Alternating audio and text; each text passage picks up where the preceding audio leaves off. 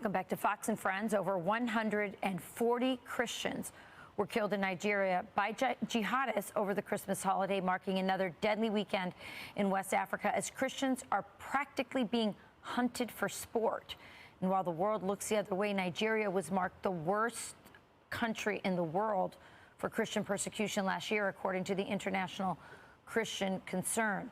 Here to react, President of the Congress of Christian Leaders, Reverend John Moore. Reverend, thank you for joining us on this very important and very underreported story.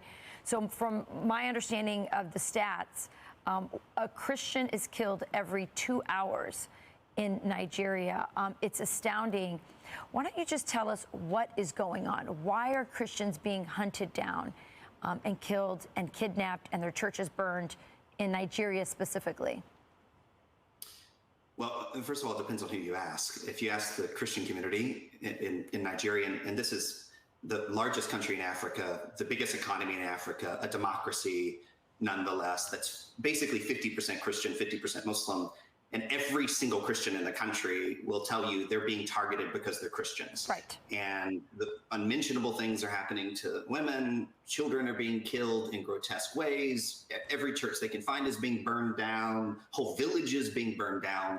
It is basically 100 times worse than anything you've seen. In fact, you know, the 140 people that were killed over Christmas, since that happened, over the last week, another 4 villages have been annihilated entirely. So if you ask the Christians, they say we're being targeted because we're Christians. They want to ethnically, religiously cleanse us.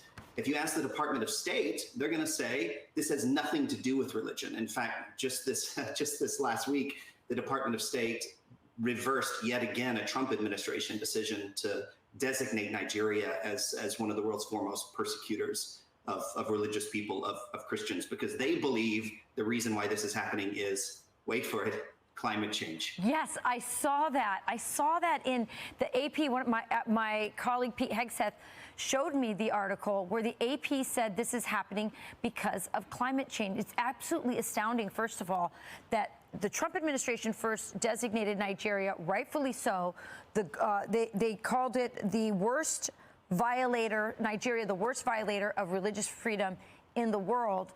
And just as 140 Christians were massacred over Christmas, and we know 52,000 in Africa since 2009 have been killed, now the Biden administration just this month decides to reverse that, and now the media and the State Department are saying it's climate change.